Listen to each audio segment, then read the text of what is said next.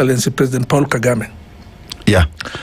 When Kagame came in, a gorilla permit used to be close to $50. And he said, no, we have a premium product. We have to sell it to the premium client. And it went first to $500, and people said, no one will buy. No. That year's action, on the ban, all the permits were gone. Then it went to $1,000, and I think now it's about $1,500. Per permit. Per permit. Yeah. And the government in Rwanda said, look, our packs will be premium packs, and our premium packs will charge premium dollars. And it's working. So I think Waswahili wanasema mgala muue lakini haki yake mpe.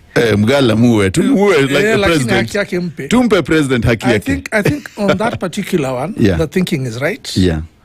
The critical part will come to the implementation, because how you position those facilities is critical. And I know we all have experts, we all have people who've done a lot of PhDs, but we also have, I believe personally, that we need to accept a few fundamental truths. If I have lived in Kenya most of my life, and my experience of living is in Kenya, it's very difficult for me to think of how does someone from Japan think and visualize things.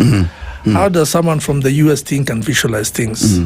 So it's very difficult for me as a Kenyan, however learned I am, to actually develop an interactive tourism product that will sell in Europe, because I don't really understand intrinsically how the people in that space think and how to sell to them. And I think the challenge you've had is cracking that. So I hope, as the president says that, which I think is one thing that we should have done many years ago, is who will develop those master plans that identify the areas where the hotels should be built, where that engagement should be done.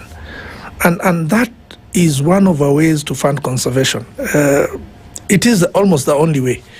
As you've seen around the world, conservation funds are drying up.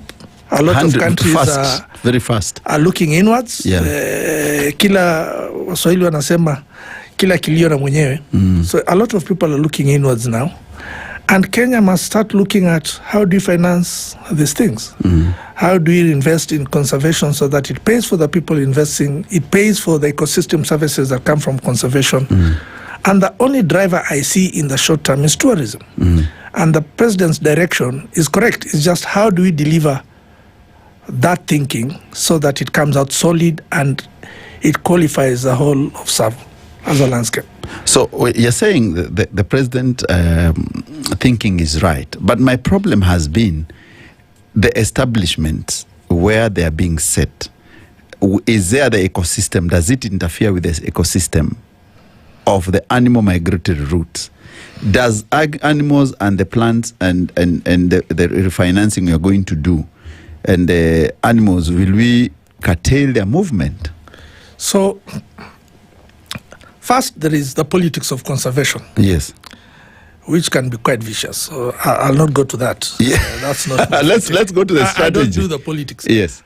But there are the facts of it. If you build your hotel, a high-end hotel in a bad position, you're killing the golden goose that lays the egg.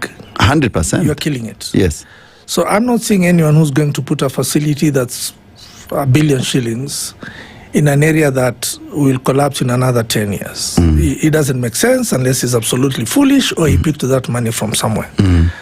But all said and done, we also understand that business and business people in their quest for profit sometimes forget everyone else and just focus on their profit to the detriment of everyone else. So what I would like to see is a commitment from government that we will have an all-inclusive tourism, an integrated tourism master plan for the southern Kenya rangelands, for that circuit, so that as a client leaves Mombasa, there is a very determined route of how they travel and hotel options that are there. Because at the moment, Savo is has very minimal infrastructure, so to speak. The bed nights are cheap. Savo is still being sold as a cheap destination. So I think what the president is doing is a good deed. Savo is big. Savo National Park is the size of Rwanda. A lot of people don't know.